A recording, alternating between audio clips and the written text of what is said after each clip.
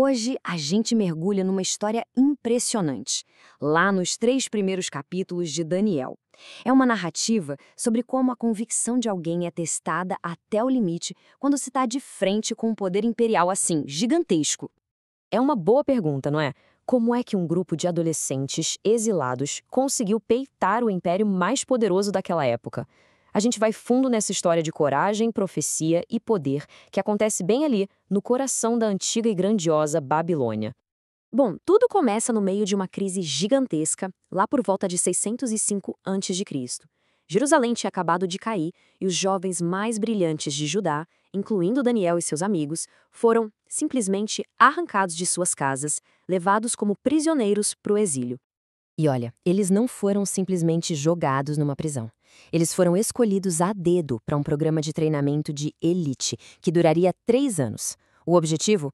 Transformá-los em conselheiros na corte do rei Nabucodonosor. Parece uma honra, né?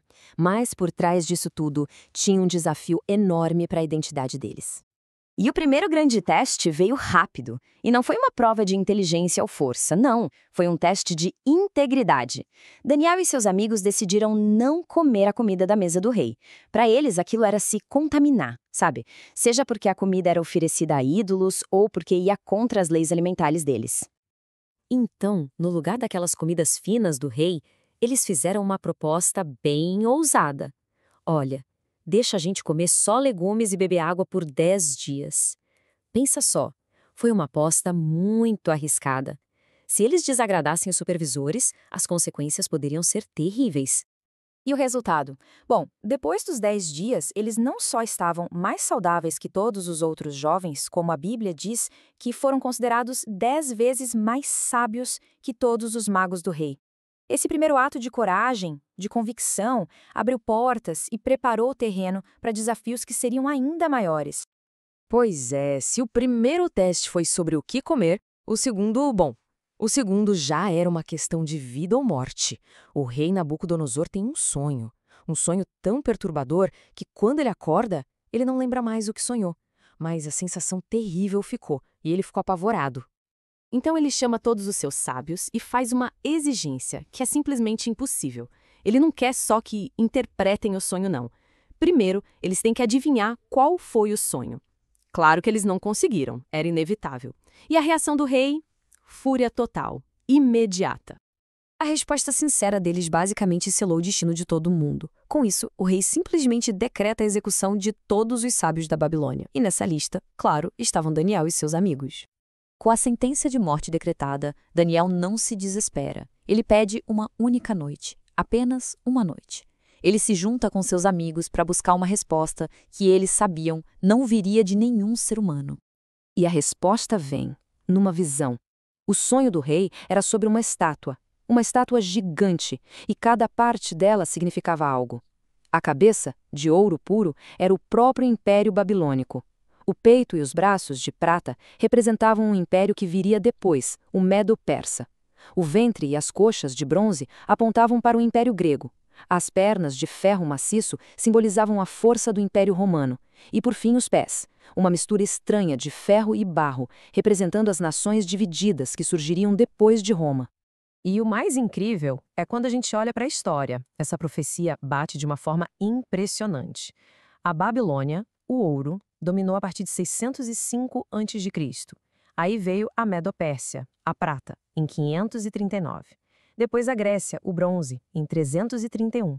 E por fim, Roma, o ferro, a partir de 168 a.C. É como se fosse um mapa da história, desenhado antes mesmo de acontecer. Mas o sonho tem um clímax. De repente, uma pedra, e o texto diz que ela foi cortada sem auxílio de mãos, atinge a estátua bem nos pés e simplesmente pulveriza tudo. E essa pedra começa a crescer, até virar uma montanha que preenche a terra inteira. Isso simboliza um reino final, um reino divino, que nunca, jamais será destruído. Bom, depois de uma revelação dessas, a gente pensaria que o rei aprendeu uma lição de humildade, certo? Errado.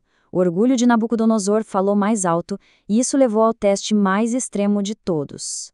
O rei, ignorando completamente a mensagem do sonho sobre outros reinos que viriam, decidiu construir a sua própria versão da estátua.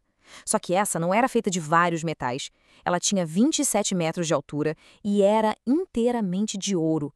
Era um monumento ao seu próprio poder, à sua própria glória. E junto com a estátua veio uma ordem. Uma ordem bem simples e direta.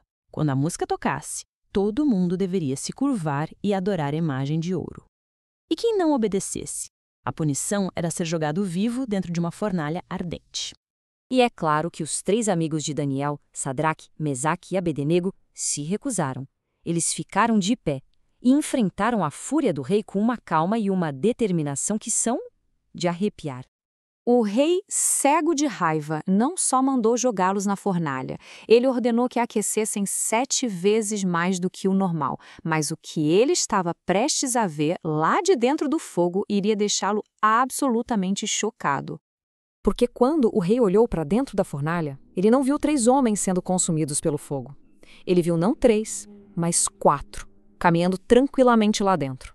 E o 4º homem, nas palavras do próprio rei, tinha uma aparência semelhante a um filho dos deuses.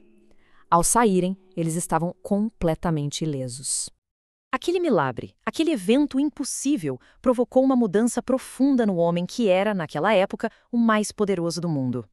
O mesmo rei que minutos antes tinha desafiado qualquer deus a livrar aqueles homens de suas mãos, agora estava publicamente louvando o Deus que fez exatamente isso, uma virada de chave completa.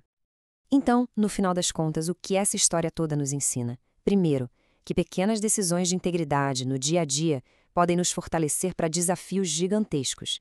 Segundo, que o poder humano tem um limite, especialmente quando bate de frente com a soberania divina. A história também sugere que os eventos não são aleatórios, que talvez exista um propósito maior por trás de tudo.